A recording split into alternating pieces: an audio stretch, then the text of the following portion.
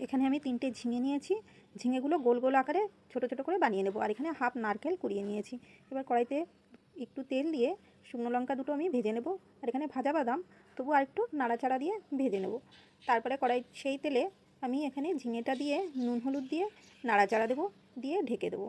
এরকম বারবার ঢাকনা খুলে আমি একটু করে নাড়াচাড়া দেবো, দিয়ে ভাজা ভাজা করে নেব। আর এখানেই কিন্তু এই ঝিঙেটা সেদ্ধ হয়ে যাবে।